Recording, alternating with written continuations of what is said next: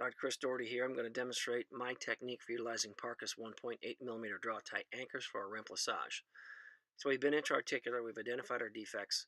We're now in the subacromial space and we're clearing it out thoroughly so that we can work posteriorly.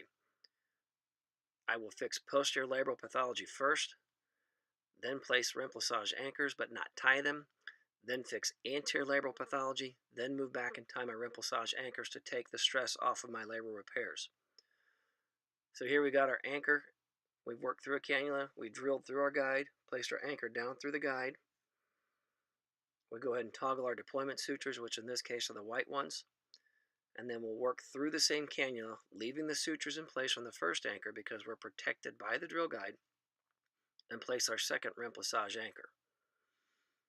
So you can see here, we'll go ahead and drill. We're at the superior margin of our Hill-Sachs defect. And we'll drill and place our anchor, toggling our deployment sutures. Now again, these are just docked into that posterior portal. I'll go ahead and bring my arthroscope back in, do my anterior labral work before tying these posteriorly. And that way I reduce the risk of placing too much stress by putting my anchors for my remplissage in before repairing my anterior labrum. So once we've got our anchors in, we'll go ahead and fix our anterior pathology like we discussed and move back into the subacromial space. All the sutures are inside the same cannula, so we cut our white deployment sutures.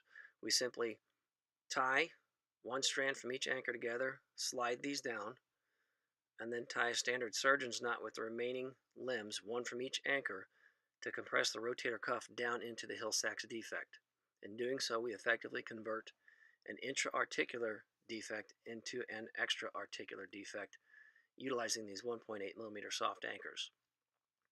So here we're outside looking inferiorly down in our cannula, and you can see we've already got our rotator cuff compressed into the defect. And we'll go ahead and tie these down before cutting these other suture tails and completing our remplissage. Again, this is utilizing two Parcus 1.8mm draw tight anchors.